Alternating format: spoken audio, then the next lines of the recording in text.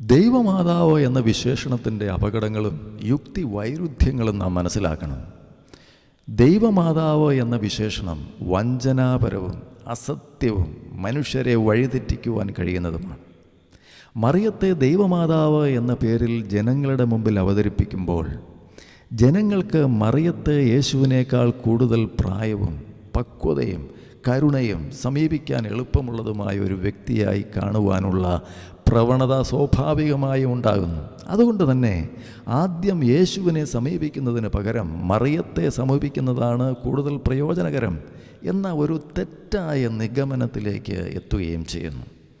ദൈവമാതാവ് എന്ന പദവി മറിയത്തിന് കൊടുക്കുന്നതിലൂടെ ദൈവത്തിൻ്റെ സൃഷ്ടിയായ ഒരു മനുഷ്യനെ, കർത്താവിൻ്റെ ദാസിയായ മറിയത്തെ ദൈവത്തേക്കാൾ ഉയർത്തുകയും ദൈവത്തെ ജനങ്ങളുടെ മുമ്പിൽ വെറും രണ്ടാം തരക്കാരനായി മാറ്റുകയും ചെയ്യുന്നു.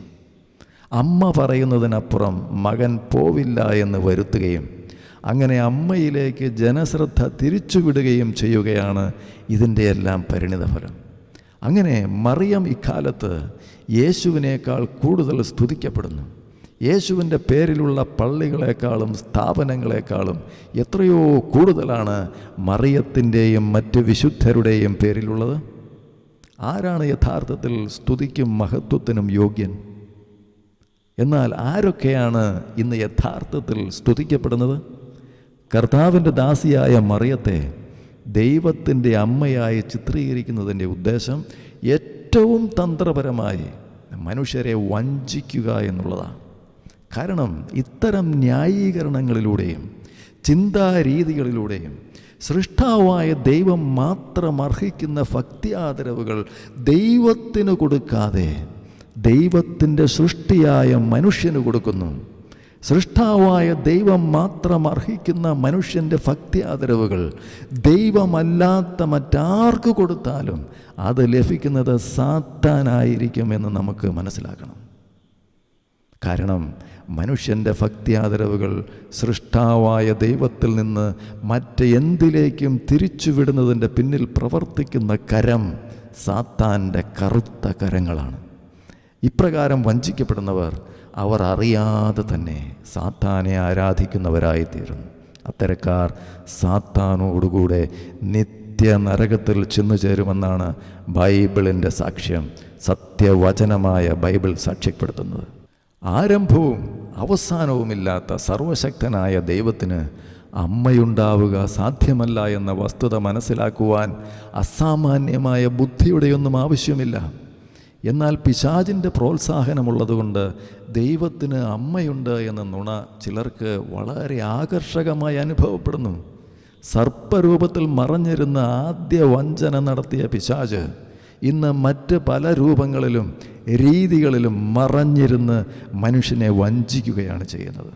സൃഷ്ടാവിന് അമ്മയുണ്ടാകുക എന്നത് യുക്തിവിരുദ്ധവും അസാധ്യവും വചനവിരുദ്ധവുമാണ്.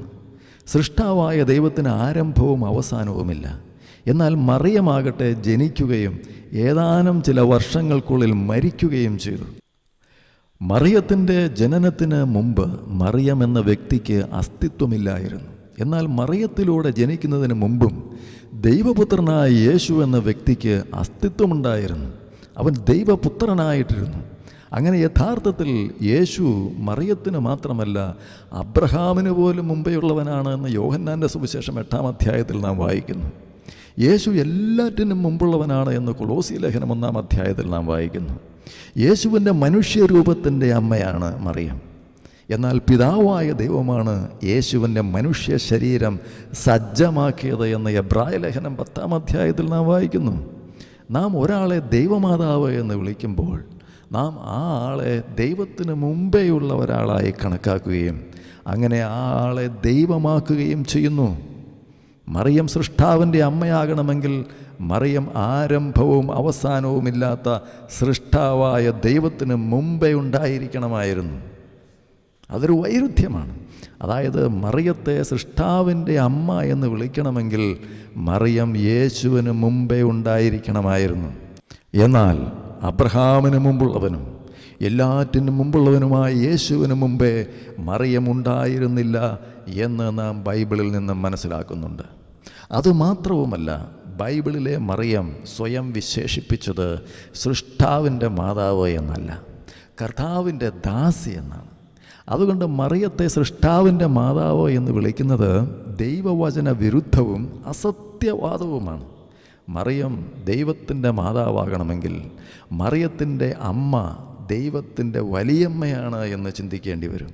എന്നാൽ ദൈവത്തിന് ഇപ്രകാരം ബന്ധുക്കളുണ്ടെന്ന നിഗമനത്തിൽ എത്തിച്ചേരുന്നത് ദൈവദൂഷണപരമാണ്. സൂക്ഷിക്കുക.